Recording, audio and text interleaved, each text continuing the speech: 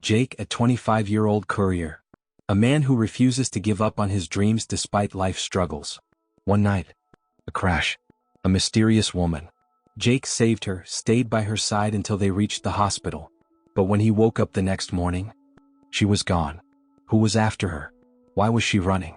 And why did she come back into Jake's life? As the truth unfolds, nothing will ever be the same. A crash. A betrayal. And an unexpected love. Please don't forget to like, subscribe, and turn on the notifications. Jake was a young courier navigating the chaos of the big city on his motorcycle, rushing to deliver orders. As he weaved through traffic with swift maneuvers, he wasn't just delivering food to customers, he was also trying to take one step closer to his own dreams. Life wasn't easy. He worked long hours, braving the rain, snow, and cold without stopping. But the spark in his eyes was proof that he hadn't given up yet. His biggest dream was to open his own small cafe, a warm, cozy place filled with the aroma of coffee he brewed himself and genuine conversations. But all he had in his pocket were a few bills, just enough to cover his daily expenses. Still, he never lost hope. As he sped through the dark night, the wind hitting his face, a deep belief echoed in his heart that one day, he would overcome these hardships. All he needed was the right opportunity. That night had started just like any other. Jake twisted the throttle under the pouring rain, trying to deliver his orders on time. The city shimmered with reflections of neon lights, but the roads were as slick as a sheet of ice. Raindrops pounded against his helmet's visor, blurring his vision.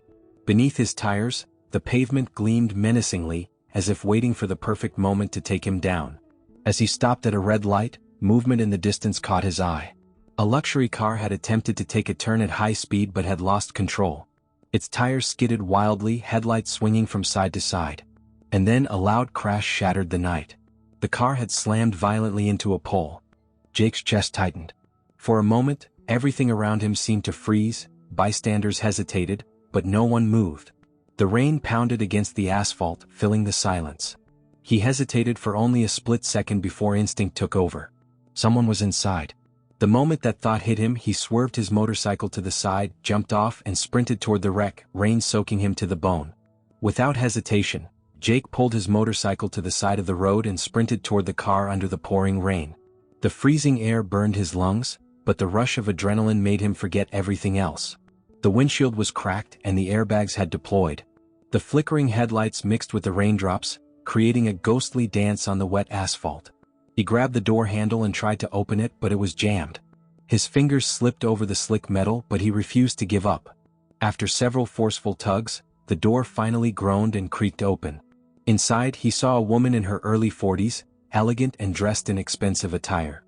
Her head was tilted slightly to the side, and her eyelids were slowly closing. She was losing consciousness. Jake immediately leaned in, cupping her face in his hands. "Can you hear me?" he called out, his voice blending with the relentless rain. His heart pounded as he gently shook her shoulder in desperation. The woman stirred slightly but couldn't speak. Without taking his eyes off her, Jake checked her pulse, weak but she was alive. He took a deep breath and quickly pulled out his phone, dialing for an ambulance. "There's been an accident.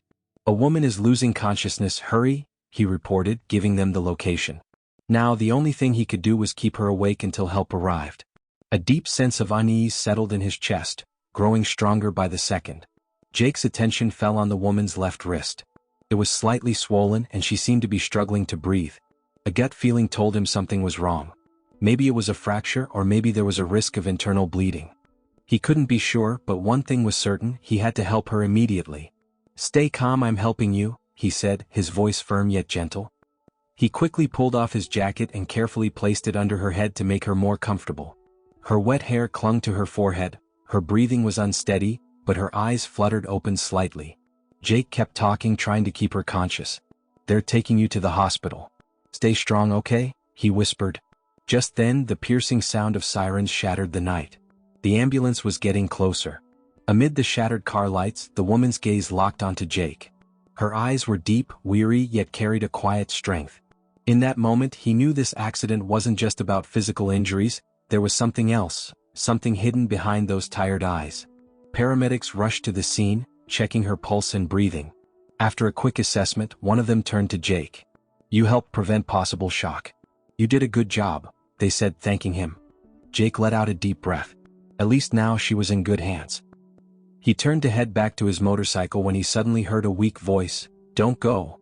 He froze, then turned around, surprised. The woman, despite the pain, was trying to lift her head slightly. Her eyes pleaded with him, silently asking for something. Without thinking, Jake stepped forward and got into the ambulance, sitting beside her. As the paramedics checked her vitals, Jake studied her face carefully. The expensive clothes, the perfectly manicured hands, every detail about her radiated elegance. Who was this woman? She was in pain, but there was something in her eyes, something she was trying to hide. Inside the ambulance, the soft beeping of medical devices filled the air. The woman took a deep breath and slightly opened her eyes. "What's your name?" she asked in a weak voice. Jake gave a small smile. "Jake," he said. "And yours?" She hesitated. Her eyes were like a misty veil, hiding something from the past. Then, after a moment, a faint, unreadable smile appeared on her lips. "It doesn't matter."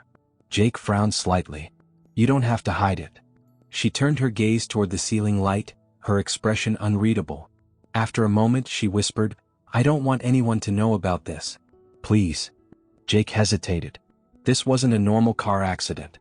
Someone wasn't supposed to find out what had happened to her. Was she running from something? Hiding?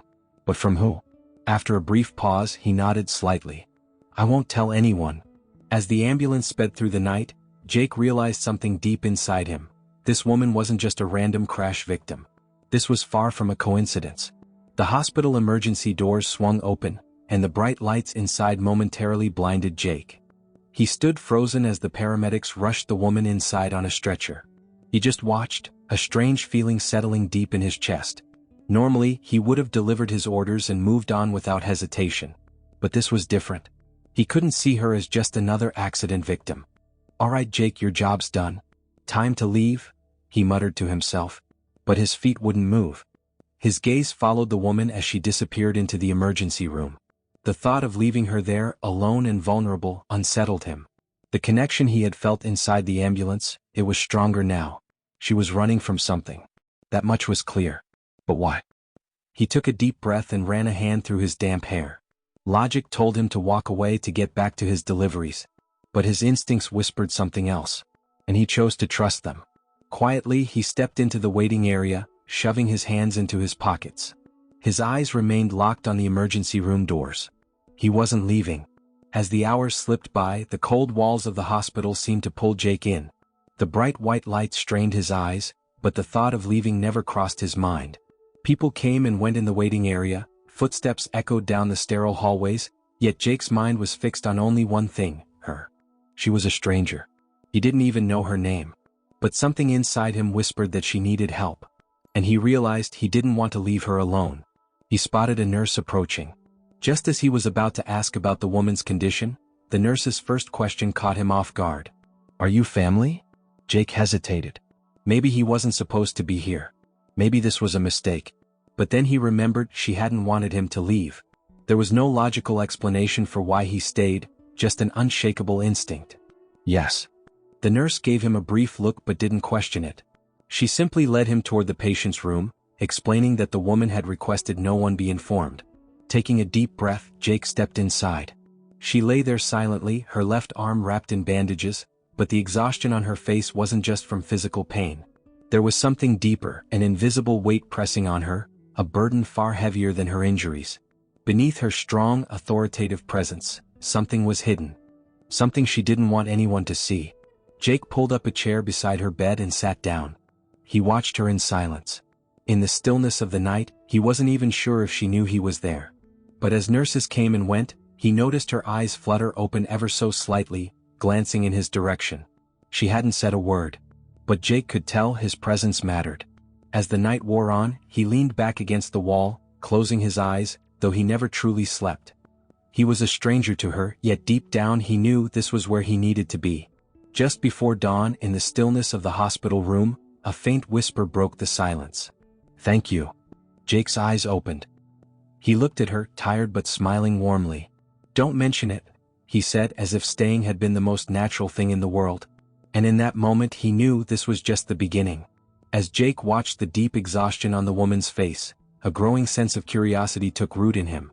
This wasn't just a car accident, there was something much bigger at play. He slowly straightened in his chair, his voice gentle but inquisitive. "What's going on?" The woman stared at the ceiling, remaining silent for a long time as if weighing her words. Finally she let out a deep breath. "A betrayal I never saw coming. By my own family." Her voice was weary. "I wasn't thinking straight. That's why I crashed." Jake's brows furrowed. A betrayal? How could someone's own family turn against them like that? "I'm sorry," Jake said sincerely. "But no matter what happened, you should let them know. They must be worried about you." The woman let out a bitter laugh. "It's not that simple, Jake." Her voice was so heavy and drained that Jake finally understood. This was something serious. A part of him wanted to press for more answers, but something in her expression told him she didn't want to talk anymore. He let out a quiet sigh, leaning his head against the wall. His body felt weighed down with exhaustion. He had been here for hours and fatigue was finally catching up with him. "I guess it wouldn't hurt to rest for a bit," he thought, closing his eyes. When he woke up, she was gone. Jake jolted upright, his heart pounding. His eyes darted around the room. She was gone. The bed was empty. The blankets were messily folded, and the monitors beside her bed had been turned off. It was as if she had never been there. As Jake stared at the empty bed, an uneasy feeling spread through his chest. His heartbeat quickened. This wasn't possible. The woman wasn't strong enough to leave on her own. And yet, the hospital staff seemed completely unaware. Oh. The blanket on the bed was pushed aside hastily. The monitors had been shut off as if no patient had ever been there. But Jake remembered everything. She had been here. He had talked to her. Suddenly, he sprang to his feet and rushed into the hallway. His eyes scanned the corridor, darting from face to face. Nurses and doctors carried on with their work as if nothing had happened. He stopped a nurse in her tracks. The woman who was here. When did she leave? Who took her? The nurse frowned. Which patient? No one has been discharged from the ER overnight. A cold chill ran down Jake's spine. She was gone. But how? No one had seen anything. No records. No witnesses. Jake took a deep breath, his mind racing. Something was wrong. This wasn't just a car accident. She wasn't just an injured crash victim. She was running. Jake whispered to himself, "Where did you go?" And then it hit him. She had trusted him. She had asked him not to tell anyone.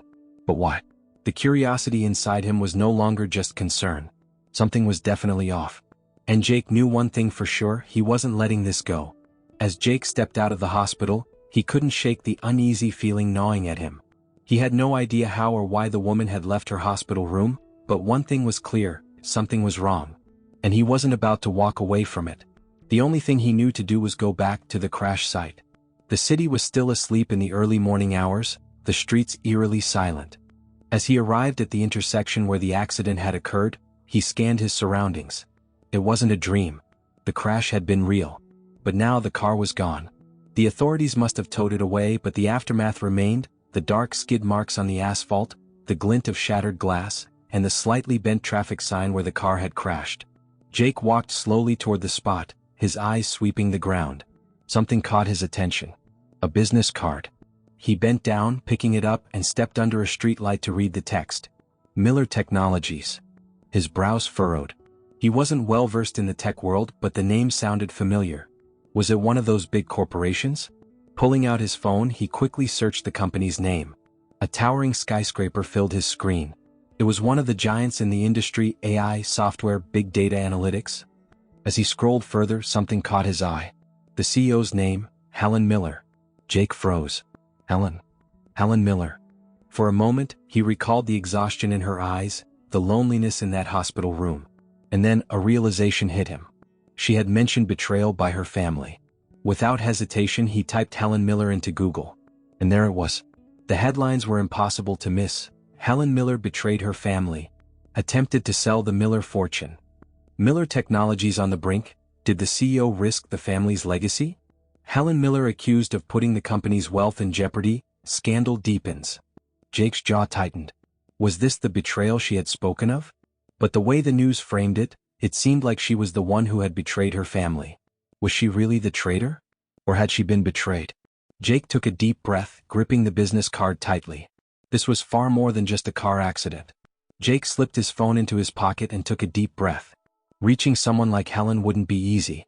A CEO of a massive corporation like Miller Technologies would be surrounded by security, buried in private meetings, locked behind layers of exclusivity. How the hell was he supposed to contact her? As the questions swirled in his mind, something clicked: his motorcycle. Last night, in the chaos of the crash, he had abandoned it on the street. He hadn't even thought about it until now. He just hoped it was still there. Without wasting another second, he retraced his steps back to where he had left it. And there it was. The rain had turned the dirt on the pavement into thin mud, and a light layer of grime coated his bike, but it was untouched. A small victory. He swung a leg over, turned the key, and with a low growl, the engine came to life. At least one thing was still going right. Now he just needed to go home. It was well past midnight, and the city lights blurred past him as he rode through the quiet streets. But his thoughts refused to stay still. Why had Helen run from the hospital?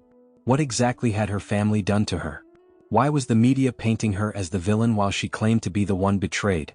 Then suddenly he laughed. "Why the hell do I care?" he muttered to himself. He was just a delivery guy. A motorcycle courier who spent his nights zipping through traffic, delivering food to strangers. What did he have to do with a CEO? With a billion-dollar company wrapped in a corporate scandal? Nothing. Except, he did care. Because that night in the ambulance, Helen had trusted him. Because when he looked into her eyes, he had seen something: loneliness, fear. Maybe even a silent plea for help. And that wasn't something he could ignore. When Jake finally pulled up to his apartment, he parked his bike and trudged inside. He didn't even bother changing. He just collapsed onto his bed, fully clothed. He was exhausted. There was no way he was working tomorrow. His mind was still tangled with questions, but the weight of fatigue pressed him down. His body surrendered first, his eyes growing heavier. And as he drifted off, the last thing that echoed in his mind was the sound of Helen's voice, softly thanking him. With that thought lingering, he slipped into deep sleep. As Jake stirred from deep sleep, an insistent knocking at the door pulled him back to reality. He groaned, rubbing his tired eyes, then glanced at the time. It was way too early. Who the hell would show up at this hour? Dragging himself out of bed, he shuffled to the door and swung it open. His breath caught in his throat. Standing before him, her eyes weary, her expression drained but still composed, was Helen. Beside her stood a stern-looking man in a black suit, probably a bodyguard. Jake blinked, struggling to make sense of the sight in front of him. "Helen?" She gave a small nod, her voice low but genuine. "I found out who you are. They tracked your address from your plate number. I'm sorry for coming like this. But, can we talk?" Jake's mind reeled. A CEO, a woman who owned a billion-dollar company, was standing at his doorstep, looking like she had nowhere else to go. He swallowed hard, then gave a hesitant nod. Yeah, of course." Helen stepped inside. The bodyguard remained outside, closing the door behind her. She stood in the middle of his small apartment, visibly conflicted, as if fighting an internal battle. Finally, she took a deep breath and met his gaze. "I have nowhere else to go. I don't want to talk to anyone right now. But everyone is after me." Her voice wavered but remained controlled. Jake exhaled. She looked strong, but even strong people had limits. No matter how powerful someone was, being completely alone made it impossible to keep fighting. "I'm sorry, Helen," Jake said honestly. "I read the news. It's a lot." Helen scoffed, shaking her head. "The news is a lie. I'm not selling the company. In fact, I'm the only one who doesn't want it sold." Jake frowned. "What?" Helen ran a hand through her hair, as if trying to untangle the chaos in her mind.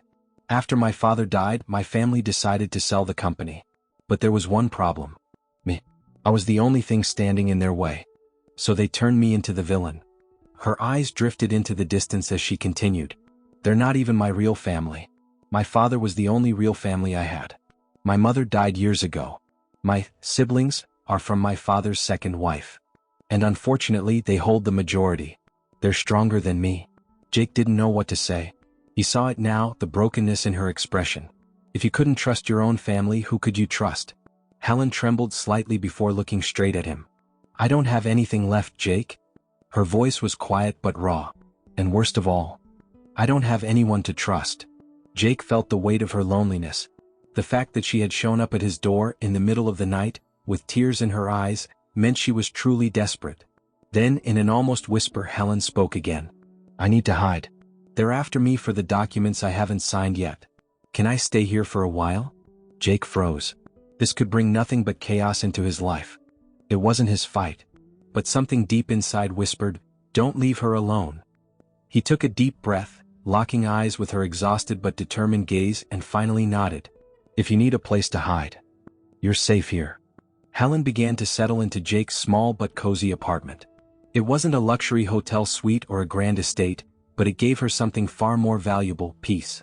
For the first time in a long while she felt safe. The first few days were difficult. Helen had never been in a situation like this before. She was used to high-rise offices, corporate meetings, and multi-million-dollar deals. And now she was hiding in a tiny apartment, completely cut off from her world. But strangely, the simplicity of it was comforting. Every morning before leaving for work, Jake would pause by the door and say, "Let me know if you need anything, Helen." And she would just smile and nod. During the day while Jake was gone, Helen spent most of her time resting. The exhaustion, both physical and emotional, had been overwhelming, but slowly she began to heal. Her bruises faded, her body grew stronger, and her mind started to clear. But soon she felt the urge to do something. She needed to feel useful again. Helen did something she hadn't done in a long time. She stepped into the kitchen. Jake's kitchen wasn't the most organized, but it was functional. At first she struggled. She was used to chefs preparing her meals, fine dining, and perfectly plated dishes. But then she remembered the time she used to cook with her father when she was little. The memory made her smile. When Jake came home from work that evening, he was greeted by the mouth-watering aroma of freshly cooked food. His eyes widened as he stepped inside, finding the table set with dishes made from scratch. "You made this?" he asked in disbelief. Helen shrugged casually. "You work all day. I figured I shouldn't just sit around. But if it's terrible, you have an escape plan." Jake chuckled as he sat down, taking a bite. The moment the flavors hit his tongue, his expression changed, his eyes widened in shock. "Did a professional chef sneak in here?" "You're kidding, right?" Helen laughed, a real, genuine laugh. She couldn't remember the last time she had laughed like that. From that night on, it became their routine. Every evening when Jake returned from work, Helen would be in the kitchen. Jake would rave about the food, and Helen would jokingly declare herself a Michelin-starred chef. The distance between them slowly disappeared. And for the first time in a long while, Helen felt like she belonged somewhere. Jake believed that Helen shouldn't be hiding, she should be fighting. But he knew he couldn't just push her into it. She had to come to that decision herself. One evening, as they sat across from each other at the small dining table, Helen suddenly spoke. "You know, being here, disappearing into an ordinary life, it's strangely nice." Jake raised an eyebrow. "But it's not you, is it?" Helen sighed. "I don't know." Jake set his fork down, studying her carefully. "Helen, who are you?" She blinked. "What do you mean? Are you a CEO? A leader? Or are you someone who hides from them?" His voice was steady, but there was something firm beneath it. Helen looked down. "They cornered me, Jake. They shut me out. If I go back." "If you don't go back, you've already lost." Jake's voice was soft but unwavering. Helen took a deep breath. He was right. Being here had given her peace, but it wasn't a real solution. She had a company, a legacy, and a fight she hadn't finished. Jake leaned forward, resting his hands on the table. "Are you afraid to face your family?" Helen exhaled, looking away for a moment. Then she shook her head. "No, I'm not afraid. But I know their power." Jake gave her a small, knowing smile. "And what about your power?" Her eyes snapped to his, and for a moment she just stared. Something shifted inside her. Jake, a motorcycle courier, an outsider to her world, believed in her more than she believed in herself. "You can do this, Helen. You can fight for your company." He looked directly into her eyes as he said it, his confidence in her unwavering. Helen smiled genuinely this time. "It's funny hearing this from you." Jake shrugged. "I'm just telling you the truth. If you want to fight, then fight. But the choice is yours." Helen closed her eyes for a moment, inhaling deeply. And for the first time she felt ready. As Helen held the founding documents of her father's company in her hands, only one thought echoed in her mind. "My father gave this to me. No one can take it away." Her family had betrayed her. They had painted her as the villain, using her as a scapegoat to take over the company. But she wasn't going to hide anymore. She was going to fight. She pulled out her phone and called her assistants. "I want an urgent press conference. No more backroom deals, no more hidden games. We're going to expose the truth." Her assistants hesitated. A move like this, going public alone, could weaken her standing. The company's stock could drop, investors could panic, and she could lose control of everything. But Helen knew that the worst risk was doing nothing at all. Within hours, journalists, financial reporters, and media outlets from all over the world gathered in a massive conference hall. The room buzzed with anticipation. Helen stepped up to the podium. Dozens of cameras pointed at her, countless eyes locked onto her. But she wasn't afraid. "I have fought to protect my father's legacy. I stand by my decisions. While I worked to preserve what he built, others, the very people who call themselves my family, schemed behind closed doors to sell it off.